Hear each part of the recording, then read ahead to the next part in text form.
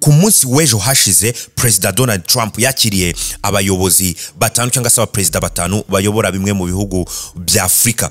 Mbere yuko Perezida Donald Trump yakira aba bayobozi aba baperezida batanu muri White House, yari yatangaje ati ngiye guhura natumije abaperezida batanu b'intoranwa beza, tugiye kuganira ku bibazo by'ubukungu ndetse n'ibibazo by'umutekano muri Afrika. Perezida Donald Trump abwira itangazamakuru wumvaga ko ari abaperezida yubashye, abaperezida b'inararibonye agiye kwakira kandi bagiye kugirana ibiganiro byiza ku bibazo bireba Afrika, Amerika ndetse nayo ikabigiramo uruhare kugira ngo ibibazo bikemuke. Byaje gutungura abantu benshi ndetse agahinda ni kose by'umwihariko mu banyafrika, bitewe n'uburyo Perezida Donald Trump yasuzuguyemo aba baperezida ubwo bari muri White House. Donald Trump imbwirwaruhame yavuze ikomeje gusirikira isi yose, abanyafrika muri rusange bakomeje kuvuga bati abaye ari perezida wanjye sinamwifuriza gusubira muri White House kwicara imbere ya Donald Trump kugira ngo asuzugurwe kariya kageni. Donald Trump yatangaje ko ngo mu byumweru bibiri biri imbere afite kwakira Perezida Paul Kagame ndetse na Tshisekedi ngo bagasinya amasezerano ya nyuma kubijyanye n'umutekano ureba bino bihugu byombi. Abantu bakomeje kwibaza bati ese Perezida Paul Kagame aremera kujya gusuzugurirwa muri White House nk'uko bano ba perezida basuzugwe? Byagenze gute? Ni ibiki Donald Trump yakoze ku buryo isi yose yumiwe, abantu bose bavuga bati umugabo ni umunyagasuzuguro gakomeye?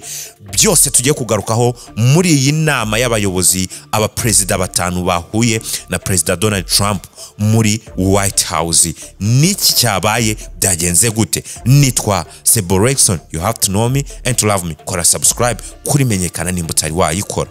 Menyekana TV. Ku itariki 9 z'ukwezi kwa karindwi, Perezida Donald Trump yari yavuze ko agomba guhura n'abaperezida b'intoranwa, abaperezida yemera ubuhanga bwabo mu kuyobora ndetse na politiki yabo. N'abaperezida batanu harimo Perezida w'igihugu cya Senegal, Perezida w'igihugu cya Liberia, Perezida w'igihugu cya Guinea, Perezida w'igihugu cya Mauritania ndetse na Perezida w'igihugu cya Gabo. Donald Trump ubwo yakiraga aba baperezida mu nama, Donald Trump yatangiye abaha ikaze, atangirana n'ijambo rye ababwira ko yishimira ko mu myaka isaga 30 agiye gushyira iherezo ku bibazo by'umutekano muke uri mu gihugu cya Kongo. Perezida Donald Trump yavuze ati ndishimira ko imyaka 30 ubu ngubu noneho ngiye gushyira iherezo ku bibazo bya Kongo. Ati imyaka 30 abantu basaga miliyoni 7 zirenga bitabye Imana, atari ko mwarabibonye ko mu minsi ishize aba minister b'ububanyi n'amahanga b'ibyo bihugu yaba Olivier Nduhungirehe w'u Rwanda ndetse na Kayikwamba wa Kongo, ati bari hano kandi basinye kuri ayo masezerano. Ati rero ibyo bisobanuye ko mu byumweru bibiri biri imbere tuzakira Perezida w'igihugu cy'u Rwanda Paul Kagame ndetse na Perezida w'igihugu cya Kongo Tshisekedi, noneho bagasinya amasezerano ya finali ashyira akadomo kuri ibi bibazo biri kubera mu gihugu cya Kongo. Donald Trump akivuga atari yaha ijambo abaperezida, yahise anashimira umujyanama we witwa Masad Boulos, n'umujyanama we mu bijyanye no muri Afrika, amushimira ngo ko yabigizemo uruhare kugira ngo u Rwanda na Kongo bicare basinye amasezerano. Nari narengaho ngaho, murabyibuka ko u Rwanda ejo bundi Minister Olivier Nduhungirehe yavuze ati nubwo aya masezerano twayasinye ariko dutewe impungenge n'igihugu cya Kongo ko gikomeje kurunda ibitwaro ndetse gikomeje kuzana n'abacancuro mu mirongo y'urugamba. Ibi ngibi bituma natwe u Rwanda tugira igishyika cy'uko Kongo ishobora kurasa ikongera igatera u Rwanda. Ati rero aya masezerano bari twasinye ntago ikizere cyayo tugifite 100%. Ibi ngibi bigatuma abantu bibaza ngo ese Perezida Paul Kagame mu byumweru bibiri we arerekera muri Leta Zunze Ubumwe za Amerika. Bikiraho kuri ari amasezerano tutari twinjira muri iyi nama nyamukuru, uyu mujyanama wa Perezida Donald Trump witwa Masad aherutse kuganira na BBC mu kiganiro cyitwa News Hour. Aganira na BBC yavuze ko ngo kuba u Rwanda rwarasinye cyangwa se rwarashyize umukono kuri ariya masezerano ngo byumvikanisha ko u Rwanda rwemera ko rufasha umutwe w'inyeshyamba wa M23. Ati ibi ngibi byemeza ko u Rwanda rufasha uyu mutwe, kandi mu byo u Rwanda rwasinye ntabwo rwigeze rwemera ko rufasha M23. Ibyo rero bikaba bigaragaza cyangwa se byerekana ko byanga byakunda u Rwanda aya masezerano bigoranye ko mu byumweru bibiri dushobora kuzabona Perezida Paul Kagame ari muri White House. Ariko reka dutegereze turebe. Perezida Donald Trump akimara kuvuga ayo magambo, kuko nicyo kibazo yahereho cy'u Rwanda na Kongo, yahise abwira abaperezida bari bamwicaye imbere bagera muri batanu, arababwira ati rero igikurikiyeho ngiye kubaha ijambo. Ati bamwe muri mwe twagiye duhura, atari kabandi n'ubwa mbere tugiye guhura, atari ijambo ngiye kubaha mugerageze muvuga amagambo make please. Ibaze Perezida Donald Trump abwira Perezida bagenzi be bicaranye ku meza, yababwiye ati mugerageze muvuge amagambo make, ati kandi muba bana beza, ati be nice, muba bana beza. Arongera Donald Trump arahindukira arababwira ati mwazibonye, ati zira ni kamera, ati rero nubu uri kuvuga wafashe ijambo ugerageze kuvuga utazunguza umutwe. Imagine kubwira Perezida agiye kuvuga ati ugerageze nutaninge your head, nuhindukire cyane, ati kuko hano hari kamera nyinshi, ati mugerageze mube abana beza, ati mukoreshe amagambo makeya kugira ngo ducunguze uburyo umwete. Mu Gasuzuguro kenshi Perezida Donald Trump abwira abaperezida batanu bayobora ibihugu bya Afrika ati nujya kuvuga ugerageze nuzunguza umutwe kandi uvuga amagambo make, mugerageze muba abana beza.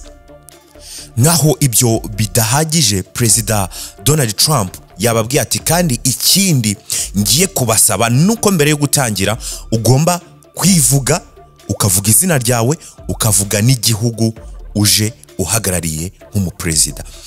Ibaze nawe kuba watumiye abaperezida batanu, watangaje ko ari abaperezida b'intoranwa, atari n'abaperezida benshi wenda ngo biragucanga mu mutwe, uri perezida mugenzi wabo, warangiza ukabasaba ngo kwivuga, ngo bakavuga amazina yabo ndetse n'ibihugu baturutsemo, amadarapo y'ibihugu byabo ari aho ngaho, ari muri ofisi yawe muri White House, abaperezida bari aho ngaho, abaperezida batanu, abagabo bake mwaganira nk'inshuti nawe waba wabamenye mbere, ku buryo utajya kubabwira ngo vuga aho uturutse, uvuge n'izina ryawe. Bahereye kuri Perezida wa Mauritania. Perezida wa Mauritania rwose arivuga, aravuga ati nitwa Mohamed, arivuga ati mvuye muri Mauritania, ashimira Perezida Donald Trump kuba yabatumiye, avuga amagambo make, umugabo avuga atuje, ariko Donald Trump yagezeho amuca mu ijambo, amwaka n'ijambo Perezida wa Mauritania atari yasoza kuvuga. Byaje rero gukomera cyane ubwo bageze kuri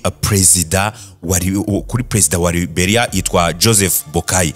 Joseph Boakai yafashe ijambo, akiri kuvuga Donald Trump ahita amuca mu ijambo, aravuga ati ariko uravuga icyongereza cyiza, ati ubundi wizehe. Atari yamusubiza, akimubaza ngo wizehe, ahita amubaza ngo warerewe hehe, hehe warerewe. Perezida asa nkaho atungwemo Joseph Boakai, asa nkaho anarakayemo, ariko aramuga ati nubundi ni muri Liberia, abantu ibintu byababaje cyane. Donald Trump arahita namubwira ati uravuga icyongereza cyiza, ati kuri iyi meza twicayeho hari abo turi kumwe hano rwose batageza na kimwe cya kabiri cyawe, batanegera ku cyongereza uvuga. Akivuga ati kandi abo bantu dufite hano, mikoro zahise zivaho muri White House, bisa nkaho abo muri White House bahise babibona ko Perezida Donald Trump akomeje kurengera, akomeje kwibasira no gusuzugura bikomeye aba baperezida batanu bari baturutse muri Afrika.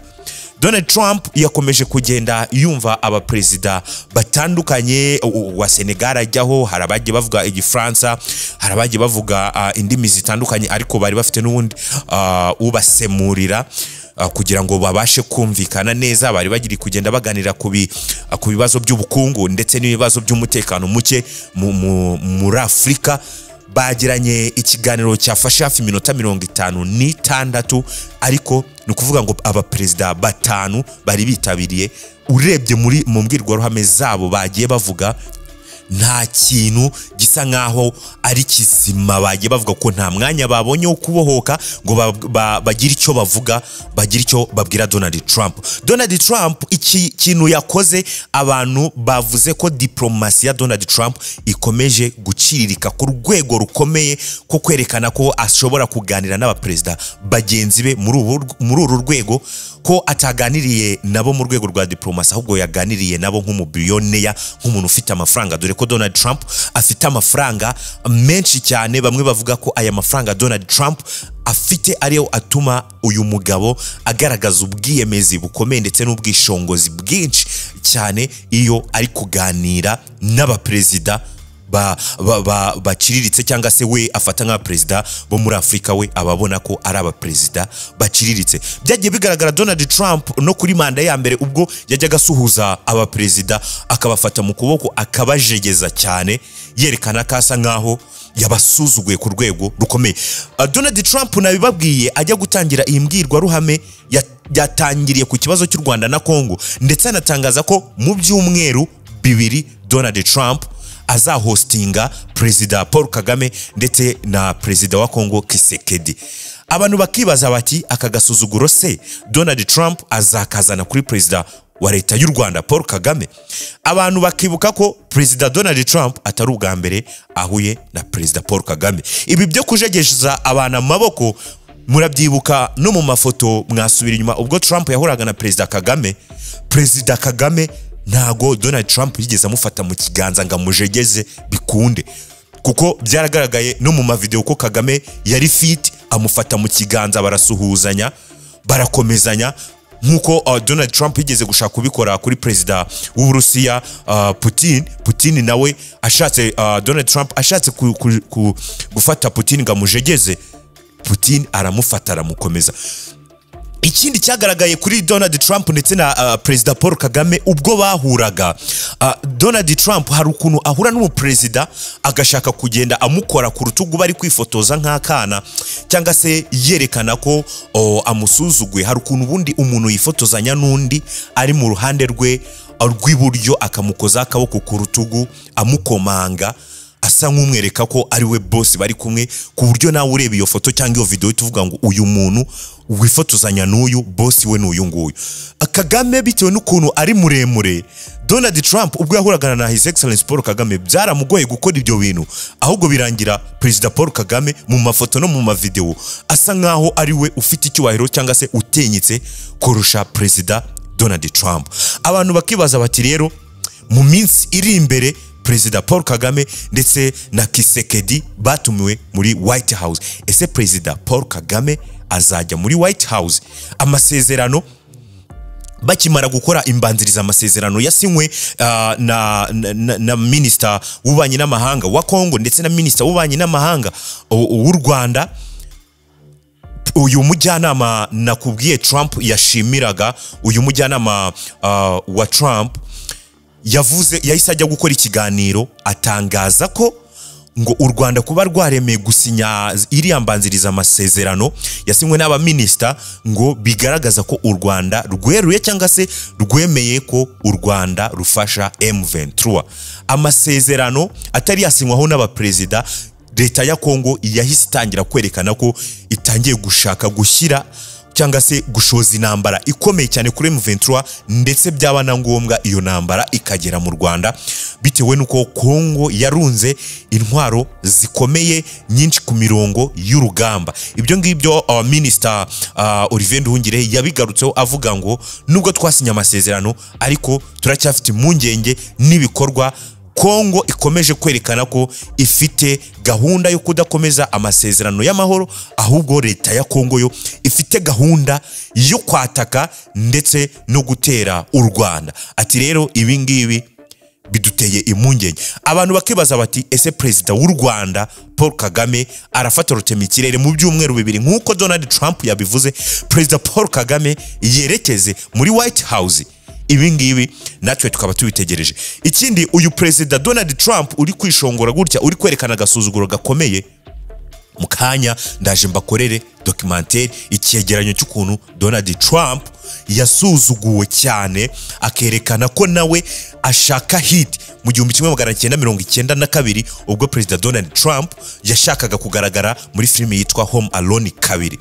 Byose ni mukanya mu cyegeranyo nabateguriye. Ni film yakinwemo onakana kitwaga icyo gihe Kevin McCarthy, akarakana gato yakabaye gasitari cyane. Trump akifuza no kwifotozanya n'uyu mwana abinyotewe cyane muri 1992, ariko Trump akakanya bitewe n'imbaraga afite ndetse n'amafaranga ari gusuzugura abandi. Icyo cyegeranyo duhure mu kanya nkibakorera nkibagezaho kuri Menyekana TV. Niba utari wakora subscribe kuri Menyekana TV, yikore nyaboneka kugira ngo byose tuguhereza hano bitazajya bigucika. Nitwa Sebo Rexon, you have to know me and to love me.